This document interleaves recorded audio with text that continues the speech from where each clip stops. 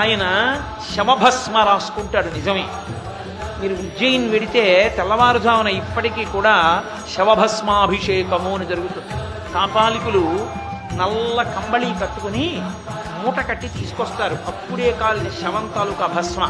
ఆడవారికి దాన్ని చూడవద్దంటారు. తల మించి గుడ్డ వేసేసుకుని కళ్ళు మూసేసుకోండి అంటారు. ఒక్క పురుషులే చూస్తారు.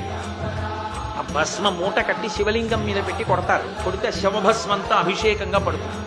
ఆ రజను అల్లుకుంటుంది కూడా అంతటా. ఆ తర్వాత అక్కడే శివలింగానికి అభిషేకం చేసేసి ఆ బూది అంతా తీసేస్తారు. ఎందుకు ఆయనకి అలా అభిషేకం అంటే, ఓరి పిచ్చివాడా, నేను నేను నేను అని నువ్వు చెప్పినటువంటి ఈ శరీరము తుదకు ఏమైపోతుందో తెలుసా? గుప్పెడు బూడిదైపోతుంది. నీది నీది అని నువ్వు అనుకున్న ఈ శరీరము కూడా తుదకు బూదిగా మారిపోతుంది. ఆ బూది